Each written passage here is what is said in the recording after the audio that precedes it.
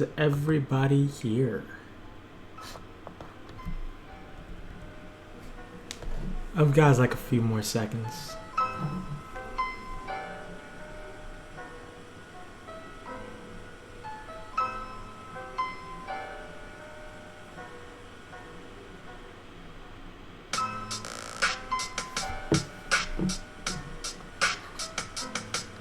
Alright. Enough jamming around. Hey guys, welcome back to the stream. I am Stevan Cyrus. Welcome back to another SC Report stream. I don't usually want to because again, I can't cut these, so I want to get these started as quick as possible. So without further ado, guys, let's get into it. So, top news from yesterday. This came actually late yesterday. Joakim Noah has been suspended for 20 games. Now, this is actually because of an anti-drug problem. So he took some over-the-counter pills or, medicine that was banned in the bargaining agreement with the NBA. So, he didn't knowingly take this. This was something that he just took, and I guess it was just a part of the system. And now he's been banned for 20 games. So I read somewhere that he's going to do 10 games at the end of the season and 10 games at the beginning of the season. But he's injured, so I don't think it's fair to give a player 10 game suspension near the end of the season, even though he's not going to be able to play, right? That doesn't make sense. So I'm not sure if I believe that article. I've read around also on a few other websites, and they haven't said that. So that might just be the one news outlet just trying to be first to say something. So I will update you guys when I know more on that. Next news we have is the Shaq statue. That's what it looks like, guys. That went up yesterday, and a ton of Lakers and former Lakers came out. Kobe Bryant had a nice little speech for Shaq. Shaq said that, hey, they had their battles, and at the end of the day, they respect each other. And you got to respect that. Shaquille O'Neal, again, one of the most dominant big men of all time, if not the most dominant big man of all time, putting all of his legacy there in LA. And that's kind of where, Shaq was born. A lot of people say that he started with Orlando, but he didn't really start winning until he went with Kobe, and that they formed that great squad they had there with the Lakers. So, moving on. We're going to go to the Clippers. And here's the thing. The Clippers have actually clinched their spot in the playoffs after defeating the Jazz a little bit earlier today. So that's good news for the Clippers. How far do you think the Clippers are going to get in this season in the playoffs? They haven't made a ton of moves. They still have the same team as they always had. What's going to change? What gives them the opportunity to beat Golden State or San Antonio? Nothing.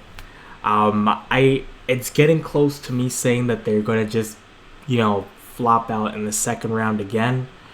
But I don't know. They haven't made any moves. And then you hear all these weird rumors that Doc Rivers wants to, go back to Orlando and coach. And, Blake Griffin kind of wants to get a fresh start. And we're going to talk about that a little bit later on. That's one of the stories that I have picked up. And all of these crazy stuff that are going on. And you got to wonder where the Clippers' mindset is when Doc Rivers is saying that he wants to go back to Orlando someday. He's not focused on the Clippers right now. Blake Griffin might want a fresh start. This team is not focused on winning right now. And they're winning basically just because of talent. I don't see the Clippers going further in the second round. And if they run into San Antonio or Golden State, they will be eliminated. They probably put up a bit of a fight, but with all these rumors coming out of the Clippers organization, I don't know if they're 100%, sold on winning right now. So I actually pulled up the standings, and we'll take a look at that at the end of the stream. So also, I want to talk about Lonzo Ball. We all know that he declared for the draft after getting, oh, thanks, ad. No, I'm a college student. I can't afford that. I wouldn't want that either. So, like I was saying, Lonzo Ball declared for a draft. We all knew this was coming. He got eliminated by Kentucky last night in the Sweet 16, and here are his stats from the season: 14, 6, and 7. Really good all-around player. Again, he's a very solid all-around player. I think he gets a lot of hate because of LeVar. But, just looking at his little run here, he doesn't score in bunches, but again, he is very, very good when it comes to creating opportunities for his teammates. You can see that by his large number of assists in this category. Against Kentucky, he had a few nice dimes. He had 8 dimes. In the game before that against Cincinnati, 9 dimes. 1 away from a double-double from 18 and 10. Really low against Kent State. Then it goes back up to 6 and 7 against Arizona and USC. And you can see the points, right? He's not going to be a 20-point scorer right off the bat. He is going to be most effective in distributing the basketball. We will see, that playmaking carry over first before we see the shooting and all of that come into perspective. So that is that, guys. Where do you think Lonzo will end up? And do you think all the talk LeVar was doing is going to ruin his draft stock going forward? And I had to I had to look up some nice little tweets. Here we have LeVar Twitter mentions right now, just all the people swarming in, and oh my goodness. You knew there was going to be a Jordan crying face. Okay, it's the official sad meme of whenever something bad happens. Just look at that. Oh, you had the big baller brand, and then you see right there. That is actually jokes. That, the Jordan cry face shouldn't even be funny anymore. But I still find it so hilarious. And then you got the LLL. That's just stupid, man. You have fake Sports Center saying, as I keep telling y'all, my son De'Aaron Fox is unstoppable. And then there were just a few other ones. They weren't that good, so we're not going to go into those ones. So I want to jump along here to one that is a little bit late, but I still wanted to talk about it. And that was Paul George. Now, at the end of the trade deadline, the Philadelphia 76ers were trying to make a huge splash and land Paul George. Now, the Sixers were ready to give up either Nerlens Noel or Jahlil Okafor, Robert Covington, a first pick in the first round, and then a 4th pick in the first round. So they were going all in for Paul George, but Larry Bird did not accept that. And I don't know. In this perspective, I think that he should have. You have to look at the Indiana organization. Paul George said he's only staying if this team starts to win, and you can't turn it around in 1 year. Not a lot of people are going to just say, yeah, I want to go to Indiana. I think that he should have been smart and take all of those prospects and potential and then build it in this year's draft and the next year's. So I think it was a very, hard-headed move, because I don't see how Indiana can turn it around in time before Paul George, his contract expires, because he said he has a very, very big interest in going to LA and joining up with the Lakers, which would be very, very nice for them. So I'm not sure, guys. What do you think about this situation? Do you think that Paul George will stay with Indiana? Do you think that they can turn it around in time for him to say, you know what, I'm not going to the Lakers? Or do you believe that he will end up on the Lakers?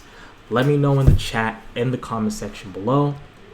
And we are going to move on to Blake Griffin. You guys know that Blake Griffin he's been in and out of rumor mill, and this is according to some close sources. So I'll just read off the paragraph for you guys. So that Griffin would also stay and reap the biggest payday he seems likely to, in theory, but more and more people around the league believe he would be open to a fresh start, perhaps with the Lakers or the Boston Celtics, who've coveted Griffin for years and would offer a new chance to win. The most intriguing fit might be if he were to go home to Oklahoma to join Russell Westbrook and the Thunder, but his interest in the entertainment industry makes staying in Los Angeles a priority. So there you have it, guys. You all know Blake Griffin. He is hilarious. You know him from CP, BG TV and HD. That nice Foot Locker thing that he put together. And if you don't know, I'll put it in the comment section below. It's funny as hell. The dude is hilarious, and I think that he would want to stay in LA. He's a very entertaining guy. He's actually trying to bring back Space Jam with LeBron, and he's very interested in the entertainment industry, which would make me believe that if he were to leave the Clippers, he would stay in the same building and go to LA if he were to leave. But why would you leave a Chris Paul, DeAndre Jordan, to go wait like 3 to 4 years for this young nucleus of the Lakers to grow, right? Does he have the patience to do that? Or would you join Boston and automatically be in the hunt for a finals appearance every year? Because the Boston Celtics, as is right now, are very good. Adding another scorer and potential star to Isaiah Thomas would help him tremendously. Not to mention that they could also draft Markelle Fultz as a premier scorer in the league and literally be in a great position for the next 10 years to win basketball games. And that's what I think. So where would he go? Based on what this is saying and seeing how he wants to stay close to the entertainment industry, it would seem that he wants to stay in LA. But it wouldn't make sense for him to go to the Lakers unless he has the patience to wait. That's why I think he wants to win now and go to the Boston Celtics. But we'll see when he hits the open market, guys. And the last thing I do here before I let you guys go, we're going to look at the standings so far. And as you guys can see, the Cavs have clinched. Boston has clinched. Washington has clinched. Toronto, please hurry up and clinch. Atlanta following Milwaukee, Indiana, and Miami. I knew Miami was going to get into the playoffs. At first I didn't, but after the way they beat Golden State and they went on that huge tear, they were going to make it. You could see Chicago not too far behind, but again, wouldn't make sense for them to make it at this point because Jimmy Butler can't beat the Cavs by himself. Dwayne Wade's out for the rest of the season. Detroit. What happened with Detroit, guys? Can we talk about that for a second? They had one of the best teams, but again, looking at Reggie Jackson, he hasn't bounced back well since the injury. He had a nice few games, but then he hasn't kept it as consistent as it was last year. So, very, very sad to see that. Golden State, right? Who, of course, right? San Antonio, Houston, and then the Clippers have also clinched. Now, Utah is in number 4. Oklahoma City is at number 6, barely holding on to that 6th spot. Memphis is just behind them at 40 and 32. Denver is at 35 and 37. So, guys, that is what it's looking like. Portland, 2 games behind Denver. Dallas has been playing really well. I don't know if they can get over the hump and somehow squeeze in, but we'll see, right? Also, there's the Pelicans. I don't think they're going to make it in. If they do, well, hey, you surprised me. But that would be very interesting if they do get to that 8th spot. What would happen? So, guys, that is it for right now. Just going to quickly do something here.